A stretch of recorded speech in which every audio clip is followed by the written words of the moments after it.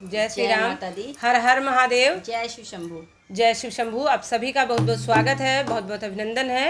आपके लिए एक प्यारा सा भोलेनाथ का भजन लेकर आए हैं। सुनिए आप इस भजन को, प्यार दुलार आशीर्वाद कमेंट में ज़रूर लिखिएगा। सुनिए इस प्यारे से भजन को।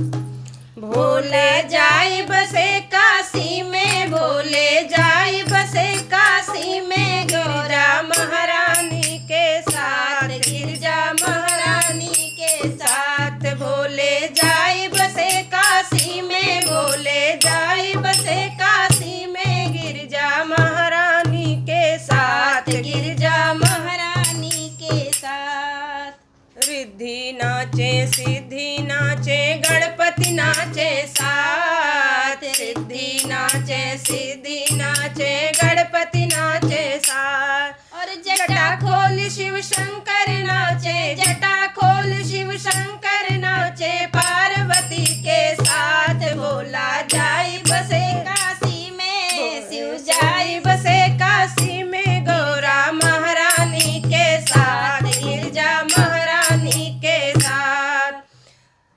कृष्णा नाचे राधा नाचे, गोपियाँ नाचे साथ। कृष्णा नाचे राधा नाचे, गोपियाँ नाचे साथ। और जटा खोल शिव शंकर नाचे, जटा खोल शिव शंकर नाचे, पार्वती के साथ। भोला जाए बसे काशी में, शिव जाए बसे काशी में, गौरा महारानी के साथ, गिरजा महारानी के साथ।